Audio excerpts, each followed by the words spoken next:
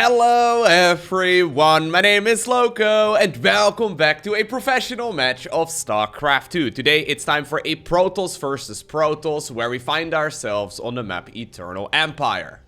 Spawning here in the northeast corner, playing with the red Protoss probes, we have none other than Goblin. His opponent in the opposite corner, playing with the blue Protoss pieces, we are looking at none other than ShoWTimE's main Nexus. So this game was played during DreamHack Fall, just like many of the games that I've been casting recently on the YouTube channel. And from what I've heard, this is an awesome game of PvP. I of course haven't seen it yet myself, so I'm excited to figure out why so many people went ahead and recommended it. Now I was wondering, maybe this was going to be like a forge opener or something along those lines from Goblin. I know that he likes going for the cheeky build orders every once in a while.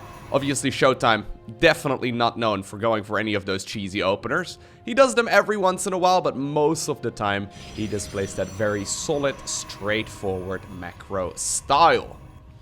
Alrighty, so this should give us a pretty good update as to what Protoss versus Protoss looks like right now that the new multiplayer balance patch has been out for a little bit. Obviously, especially if you compare PvP to earlier this year, I mean, we saw a lot of very hardcore cheeses. And while those options certainly are still available, just simply like, I think he's going to put a second pylon outside of his main base. Just simply doing that doesn't mean that it's going to be cheese, right? I mean, he doesn't have to. He would do it after the Cybercore gets started up, so he should go ahead and do it right about right now. If he wants to, maybe. There you go, 22 supply. Yep. So this doesn't, I mean, he could, but this doesn't necessarily mean that it's going to be cheese. Here's the thing, right?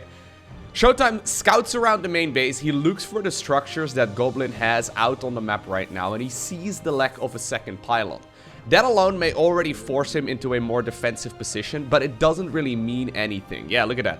Goblin is just gonna run away with that probe right now. This is likely just gonna be a macro opener, but it's one of those openers where you try and at the very least distract your opponent a little bit and hopefully force them to play defensively or themselves as well, and then you can go ahead and expand behind it just because that's, you know, gotta be a little bit safer if your opponent is likewise also playing defensively. So it's a funny little way of opening up. We see this in pretty much every single Protoss versus Protoss right now, although it looks like ShoWTimE felt confident enough, knowing that his opponent didn't go for a scout at all, to put his second pylon inside of the main base here instead.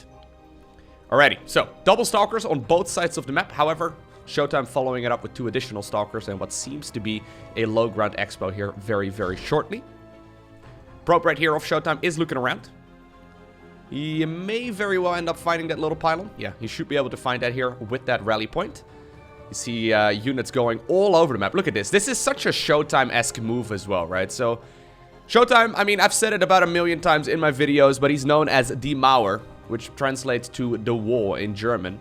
He knows very well what his opponent is going to be capable of, and he's extremely good at just not dying to stupid stuff, right? Now, let's see. He knows at this point, obviously, that his opponent hasn't really got any cheese in store for this match. He's seen 2 stalkers on the other side of the map as well. He doesn't know exactly what the follow-up is going to be. Well, it will be an Oracle. 2 sentries right now after 4 stalkers here for ShoWTimE, so he's going to have, I mean, he's going to have a decent amount of stuff available, I guess, over on this side of the map, but is he going to be able to defend against his Oracle at home as well? The thing is, right, there's only 2 of those stalkers available at this point here for Goblin. He does finish up a shield battery, so maybe that's going to keep him alive. Is that really enough? I guess so, huh? This buys enough time here to get additional warp gates charges out. So those are finished right now, and there we go. 2 additional stalkers come out. Nicely done. Alrighty. In the meantime, while this little skirmish is going on, a Void Ray was produced, and the Oracle has indeed flown itself across the map. This one should be able to potentially get some damage done, but of course ShoWTimE knows that there's an Oracle out. And already you can see some nice mind games here being played, right? He could technically go after the, yep, there you go. He could certainly go after this sentry here if he wants to. Getting a sentry at this point is really, really nice. The most gas-heavy unit at this point. Nicely done. I mean, the most gas-heavy gateway unit at this point, anyway. You get what I'm trying to say? They're one of those units, the sentries that is, that you really don't want to lose. I mean, you can kind of lose a stalker relatively for free. They're kind of replaceable, but sentries, they accumulate energy. You really want to keep those alive for as long as you possibly can. Now, I like this. So, Void Rays, they have received a couple of buffs relatively recently. So they're a little bit faster, They produce a little bit quicker as well, and they're just a better unit overall. Now, obviously, Void Rays, with their Prismatic Alignment ability, they deal bonus damage to armored, right? So they're really good against armored units, like, for example, these Stalkers. The problem is that it's very easy to accidentally, like, overextend. Void Rays can't really disengage very easily, right? Whereas, obviously, those Stalkers are going to be fantastic at just simply running away. We'll see how this plays out. I'm not entirely sure. He's actually adding on more and more Void Rays here. So there's the Prismatic Alignment, by the way. There we go. Without Blink. Yeah, it's not done yet. It's about, I would say like 75% or so of the way done. He's not going to be able to get out of there very easily at all. Obviously, another big advantage of flying units is that they don't really care about the terrain so much. Even though they're technically a little bit less mobile than a Stalker. Obviously, you can send them over the crevices and ledges and all that relatively easily. This is kind of cool. So he's even going into... Okay, I see why people recommended this game to me. He's now even going into the +1 flyer upgrades here. Goblin, that is. So that's going to allow him to, you know, increase the damage output of these flying units even more. Now, that's a little bit cheeky. ShoWTimE apparently decided to plant down a pylon to delay the Nexus of Goblin for just a little while longer. Nexus, in the meantime, has started up as well on the other side of the map. There's a gateway now coming up as well, right here for ShoWTimE for just quick reinforcements, relatively closely to his opponent's third base. So I actually don't really know exactly how this plays out right now. I haven't quite seen this before. So as expected, I mean, ShoWTimE is playing the most stock standard macro approach right here that you can pretty much go for. Blink is done at this point. He's going for the third base, right? But he's going to start putting on a little bit of pressure with those Stalkers right now. I don't really know exactly how this kind of army faces off against that kind of army. I guess we're just about to find out together. I mean, mass Void Ray styles obviously have been very popular since the dawn of StarCraft 2 and Gold League. Like in Silver League, Gold League, Bronze League, they're by far the most overpowered unit ever. But up until very recently, I think we could all consider them to be the worst unit at competitive play. Right now, though, they seem to be quite good. I don't actually know. I don't actually know how this works out. So he's got a couple of Immortals here as well, which is nice, obviously, against Stalkers. He's now also adding on a second Stargate and then a Robo Bay as well as a Forge. So I guess this is going to be Mass Void Ray with Disruptor? I mean, I guess you are not at risk of blowing up your own units when you have no ground units, right? That kind of works out. I'm not sure. This is kind of interesting. Now, I'm looking at this, though, right now for Goblin, right? And the question is, when is he ever going to be able to attack? Because generally speaking, and one of the reasons why Void Rays are not that good at the pro level, or at the very least were not that good at the pro level, is the fact that you don't really move out until you're maxed out, right? And obviously ShoWTimE knows this very well. I feel like ShoWTimE could just go ahead, yeah, exactly, just go for a fourth base already. Because what exactly is Goblin gonna go ahead and do against that? I mean, he's likely not going to move out here anytime soon, because if he does, I mean, these units can't really retreat very easily. I mean, they are faster now, so maybe you can. I don't know. Ooh, nicely done there. Perfect blink timing as well. Manages to dodge the stasis ward there, but yeah, we'll very likely see, you know, these Stalkers going in for like a blink buy. Is that what we would call it? If these Protoss units decide to move out, these Stalkers will probably move in and then recall. And then Goblin is in a bit of an awkward spot. So I don't really see him moving out. He's now even going into the Fleet Beacon. So I think that this is going to be a very, very passive approach here by Goblin.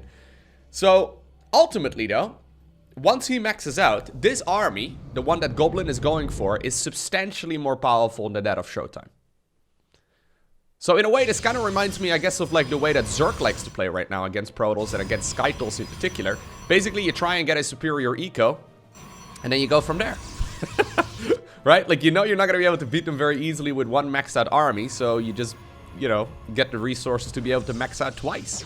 And even though your trades will not be efficiently, if you're mining more, you can obviously make way more stuff. And the golden rule of StarCraft is pretty much always that, you know, more stuff beats less stuff.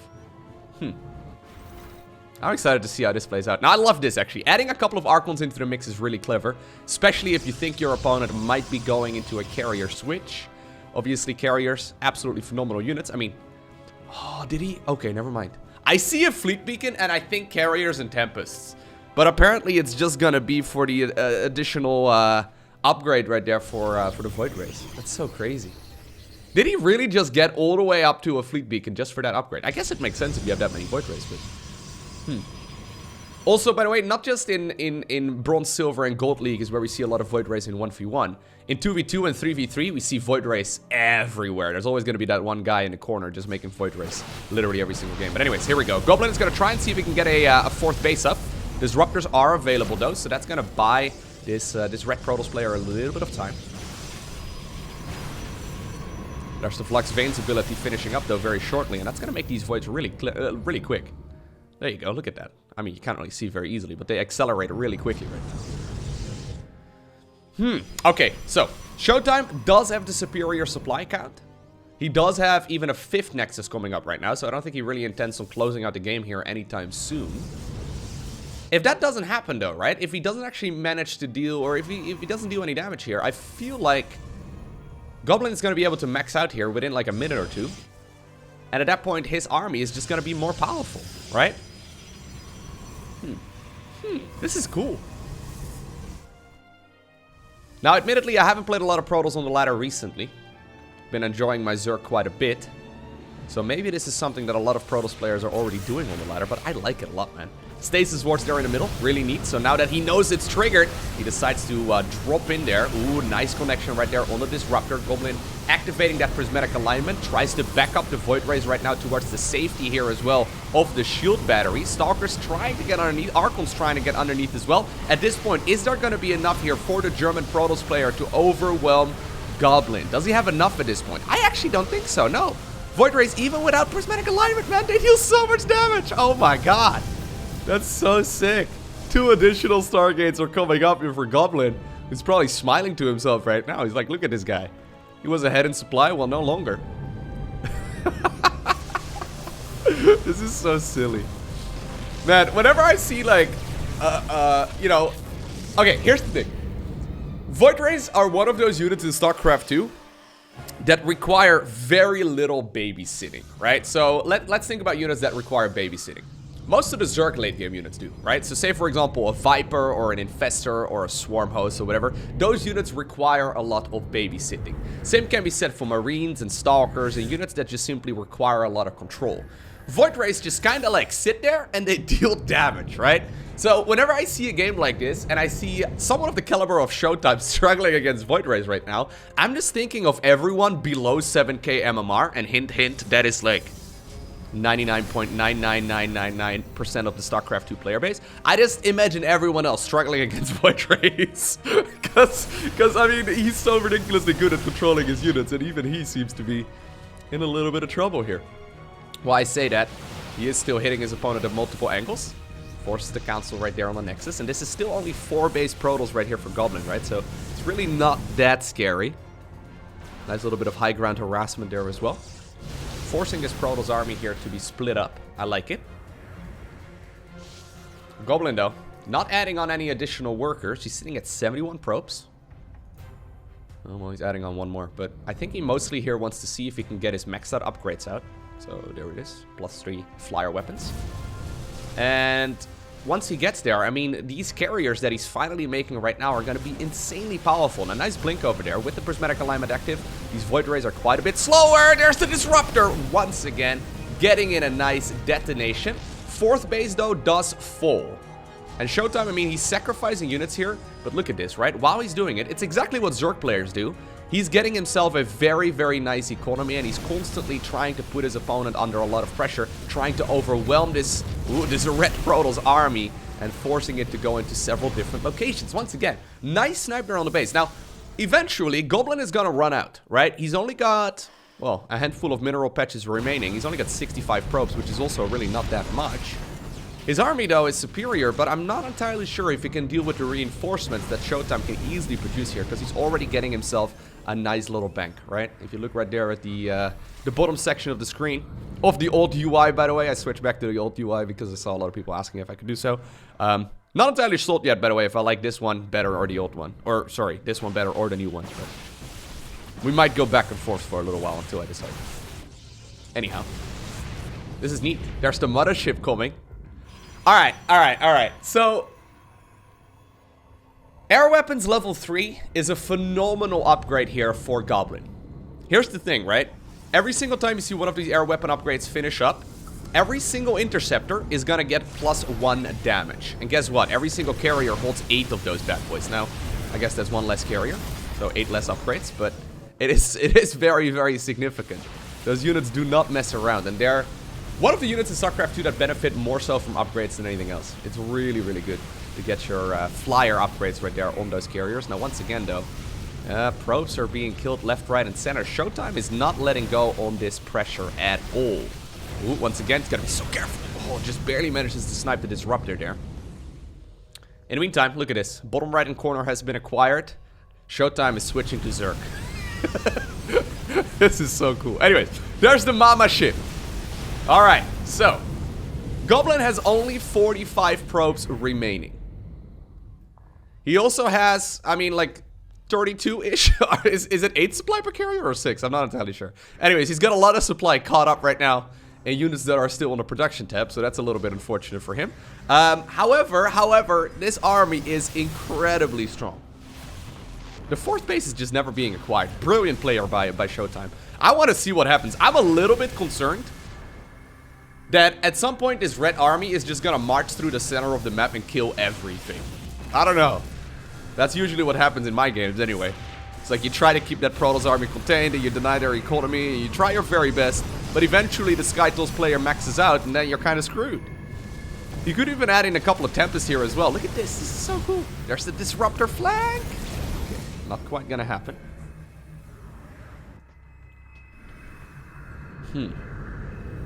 Here we go. Goblin, behind in supply, but a lot of that supply is caught up in workers. If you look right here at the army value, 127 army supply right here versus 111 for ShoWTimE. ShoWTimE is adding on additional gateways. He's got the base in the bottom right-hand corner, but he has actually decided to not even fight this army head-on. Instead, it looks like he wants to go in for the counter-attack. Now, obviously, you can use recall here very easily. Speaking of recall, the mothership also has a recall ability that allows it to send additional units, or reinforcing units, rather, in the direction of the mothership. So, you can do an offensive recall towards the mothership itself. I wouldn't even be surprised, though, if Goblin decides to return on home, although as soon as he does that, he's going to be in a little bit of a weird spot, right? Yeah, there you go. So the mothership is separating itself from the rest. I think he may very well indeed decide to recall those units, bring them back home, and then maybe use... Ooh, I think he may very well use the offensive recall ability on the mothership to get those units back into the battle after they've defended the main base. ShoWTimE decides to take the engagement. I don't think that's what you want to do. Mothership, there it is. It's gonna once again use the recall ability. Part of the army is staying at home to defend the main base from falling. That's a very difficult decision, though, for Goblin to make. But once again, the units are back on the other side of the map. Did he leave too many units inside of the main base? Because I'm looking at this right now. I guess not. I guess follow-up question at that point. Does he have enough units on this side of the map? Because usually this Stargate army cannot really be split up very easily at all. Goblin, by the way, currently sitting at 3 workers. So eco-wise, he is completely dead in the water. ShoWTimE right now does have economy, but I love this. He's sniping all the pylons, Goblin, that is. So ShoWTimE is not going to be able to produce anything here anyway. So that means that both of these players are going to have to do with the army that they've got. Once again, every single unit counts. Oh my god, look at that stalker. Can he just blink underneath? I think he's going to. There we go. Big blink forward here by the German player. Does he have enough right now to kill all of those Stargate units with the Archons getting underneath, dealing their splash damage? I think he may very well just barely have enough. Brilliant game of Protoss versus Protoss here. ShoWTimE making the best of this situation, man. Very impressive game here by him. He didn't really, like, second guess himself at any point.